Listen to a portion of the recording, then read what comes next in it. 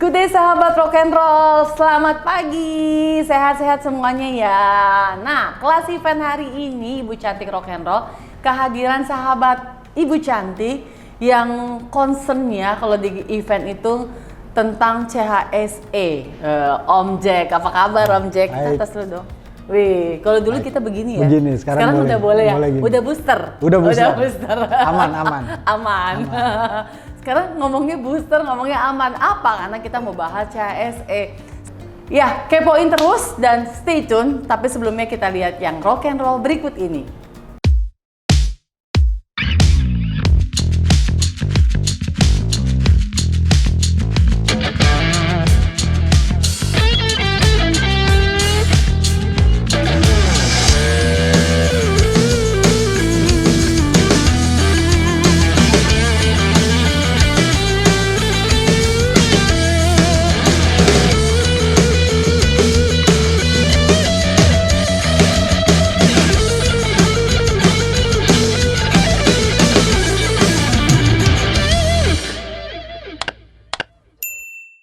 Om Jack, thank you sudah datang. Thank you sudah diundang. Kita terakhir ketemu di mana?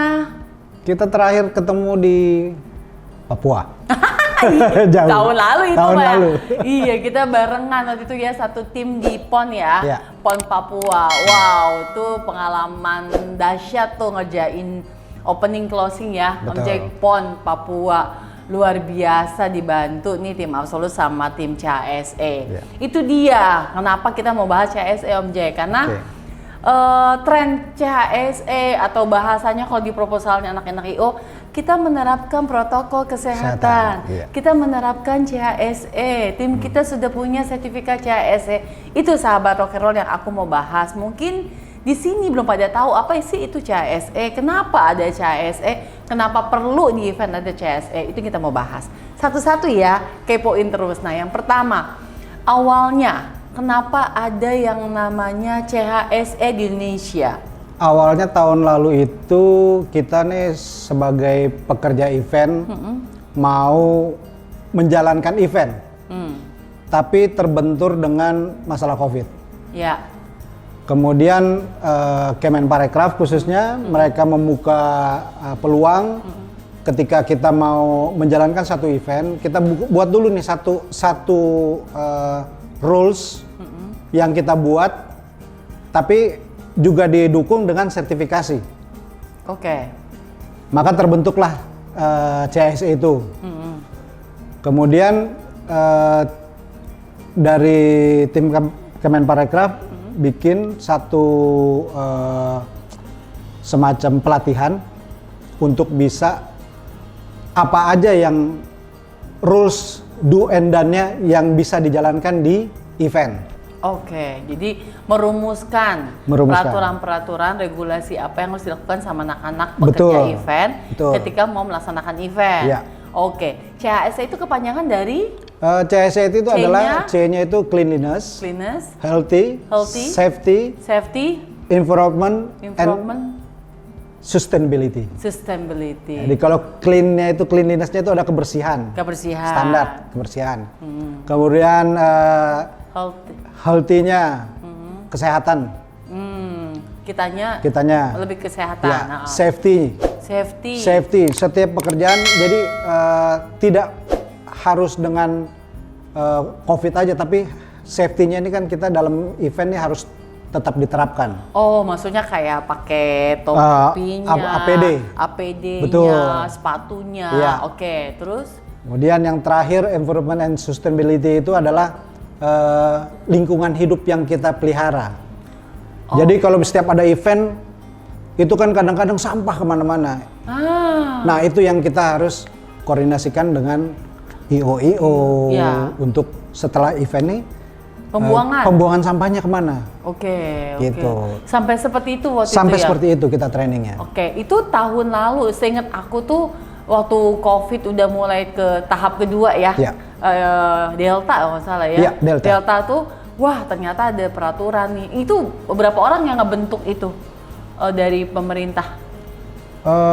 Dari Kemenko. K4 pariwisatanya ini ada Pamulkan sama Pabari. Oh, ada tim khususnya. Ya, ada tim Pamulkan, khususnya Pabari. yang tektokan dengan Kemenparekraf. Oke. Kemudian dibikinlah satu pelatihan terutama buat saat waktu PON. Waktu PON. Nah, Karena waktu event PON itu terbesar tuh betul event terbesar. PON dalam waktu dekat. Nah, itu kan event nasional yang harus kita kawal supaya tidak terjadi Oh iya.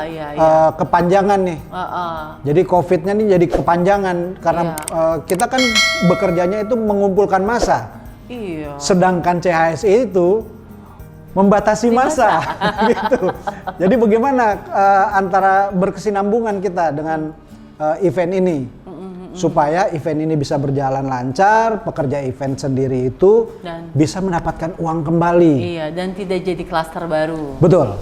Intinya tidak menjadi klaster baru.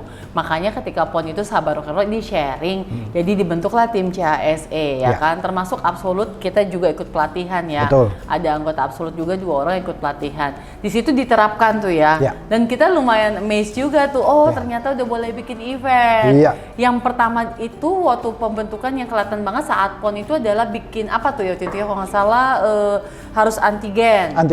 Terus apa lagi yang diterapkan waktu saat PON? Ya, kalau di PON itu kita menerapkan sebelum kita masuk di venue atau sebelum kita bekerja, kita harus tes antigen. Kemudian dari tes antigen itu kita proses bekerja sama dengan Departemen Kesehatan setempat di Papua. Nah, dari situ bisa kita lihat bisa nggak dia si pekerjanya ini. Dari awalnya tuh pekerjanya dulu yang kita antigen waktu itu. Ya, kayak tukang-tukang, vendor gitu kan. Pokoknya all pekerja event. All pekerja. Entah itu pekerja, entah itu IO, entah itu orang-orang yang dari TV itu harus wajib. Tak terkecuali pas Pampres pun kena. Kita harus antigen. Dan mereka pun mengikuti. Syukurnya mereka tetap mengikuti. Karena waktu itu nggak salah baru vaksin kedua ya? Ke-1. Iya. Oh, ke-1. Iya, belum rata. Iya, makanya di Papua juga waktu itu ada syarat harus pakai antigen. Iya.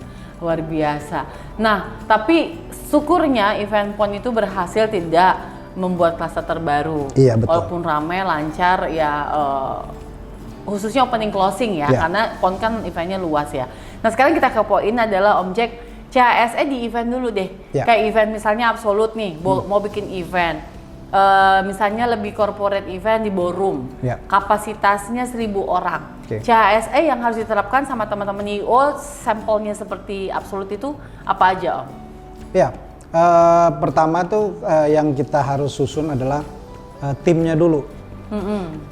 Tim pekerjanya ada berapa orang? Kita harus lihat. Kemudian kita susun ballroom itu sebesar apa, berapa kali berapa, kapasitas orangnya berapa. 1.000 tadi misalnya. 1.000. Baru nanti dibagi. Satu orang itu bisa menangani 10 sampai 20 orang. Satu petugas CHSE. Satu petugas CHSE. 10 sampai 20 orang. Ya, kapasitas maksimal 25 orang. Satu orang. Nah, itu nanti di situ ada manajer CHSE. Ada supervisor CHSE. Nah, yang terakhir adalah si officernya CHSE. Baru kita boleh merekrut si volunteer atau freelance-nya CHSE untuk kita supaya bisa ngebagi rata. Kita training lagi. Tapi sebelumnya untuk yang officer ini dia akan mendampingi si freelance. Mengawasi. Nah, nanti yang tim manajer dan supervisornya ini yang akan mendampingi dan mengawasi di lapangan. Kemudian kita harus berkomunikasi dengan Kemenparekraf. Kemudian kita harus tektokan dengan Satgas Covid. Oh, itu juga harus lapor ya? Harus lapor dengan Satgas Covid. Mereka akan memberikan surat rekomendasi untuk bisa menjalankan event. Tapi kalau untuk sekarang mungkin kalau yang masih dalam tinggi-tingginya itu COVID, dulu kita harus minta izin ke kelurahan, ke kecamatan, sampai ke wali kota. Tembusannya? Iya. Nah Oke. itu baru nanti surat izin ini bukan surat izin, surat rekomendasi menjalankan event disertakan waktu pengurusan kepolisian. Oke. Gitu. Istilahnya dapat izin atau enggak gitu Betul. ya? Oke. Terus? Setelah kalau yang sekarang yang saya tangkap adalah kita punya tim aja. Tapi tetap yang sebagai manajer atau supervisor ini yang bertanggung jawab. Kalau misalnya ada petugas BNPB ataupun petugas dari Satgas Covid, itu bisa tektokan kita langsung. Datanya kita udah punya semua. Nah kemudian peserta yang masuk itu tetap harus ada di data. Data. Nah datanya itu adalah kita minta nama, nick, dan foto dari vaksin, bukti vaksin. Oh, atau kalau pakai Peduli Lindungi Bisa, langsung. langsung. Nah, cuman kan kalau ke Peduli Lindungi, ngedeteknya kan di Peduli Peduli Lindungi. Lindungi. Oh. Kita nggak bisa ngedetek. Oke. Tapi dengan kayak zaman dulu, kalau di sana kan kita mesti sertain form, nama, nick, KTP, dan Iya. Bukti antigen. bukti antigen. Bukan, sorry. Apa yang sertifikat yang vaksin pertama, kedua, dan booster. Oke. Nah dengan adanya begitu, nanti kita bisa detect nih. Oh si ini misalnya kena, otomatis kita harus lapor. Bukti bahwa ada terpapar. Kita menangani gimana? Kita harus siapkan satu ruangan khusus untuk mengevakuasi dia ke situ. Baru nanti ada tim dokter yang menjemput untuk ke rumah sakit terdekat. Iya. Itu urutan-urutannya. Iya. Jadi kalau sekarang sih ya kalau bagi saya sih sudah agak tertib.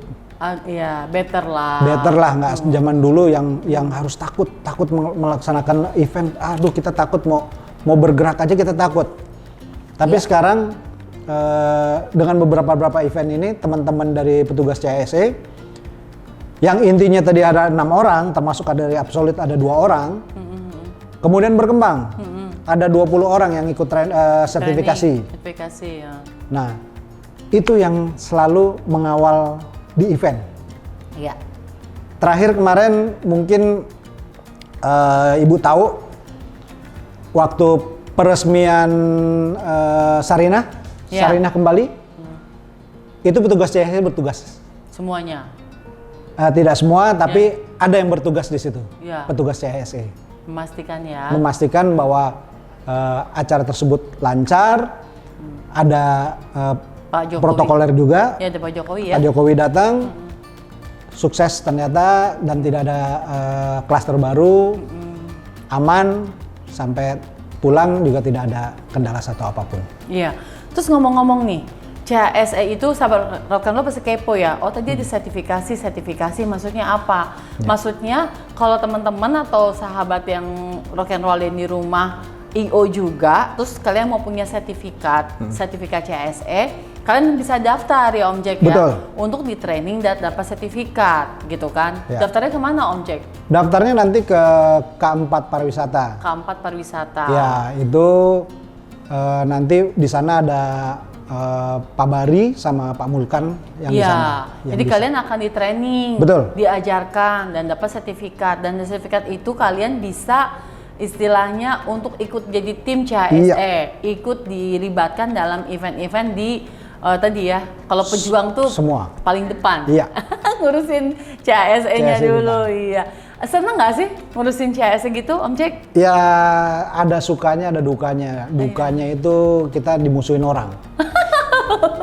Gara-gara ada CSE, gue mesti siapin ruangan, mesti pakai antigen gitu ya, Om Jack ya. Ibu-ibu IO kayak gitu ya? Ya kurang lebih begitu. Kenapa Om Jack CSE tadi cerita paling dibenci?